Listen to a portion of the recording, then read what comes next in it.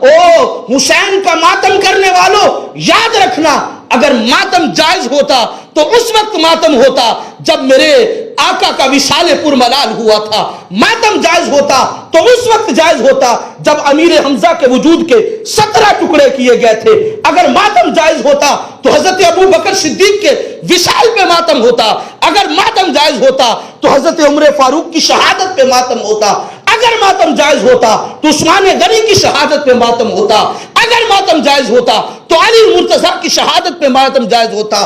نہ یہ تمہارا بنایا ہوا ہے، میرے آقا کا فرمان تو یہ ہے لیس منا من ضرب الخدود وشق الجیوب ودعا بدعوی الجاہلیہ۔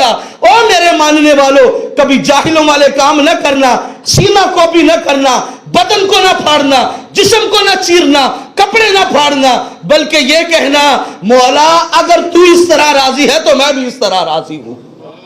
ذرا تاریخ تو اٹھا کے دیکھیں، حضرت امیر حمزہ کے وجود کے 17 ٹکڑے ہیں، مسنا کیا ہوا ہے۔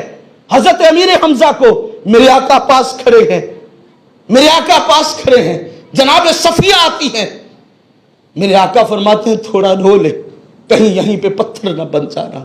میرے آقا کی آنکھوں سے بھی آنسو ہیں، اگر ماتم جائز ہوتے تو اس وقت بھی کرتے۔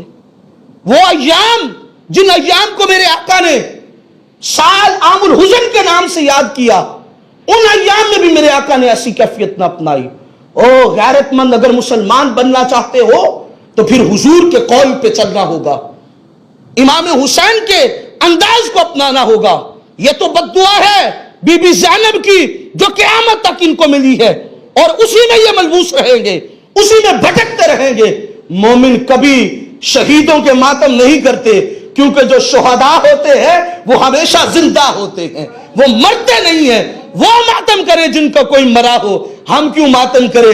ہمارا حسین کل بھی زندہ تھا، آج بھی زندہ ہے، قیامت تک زندہ رہے گا۔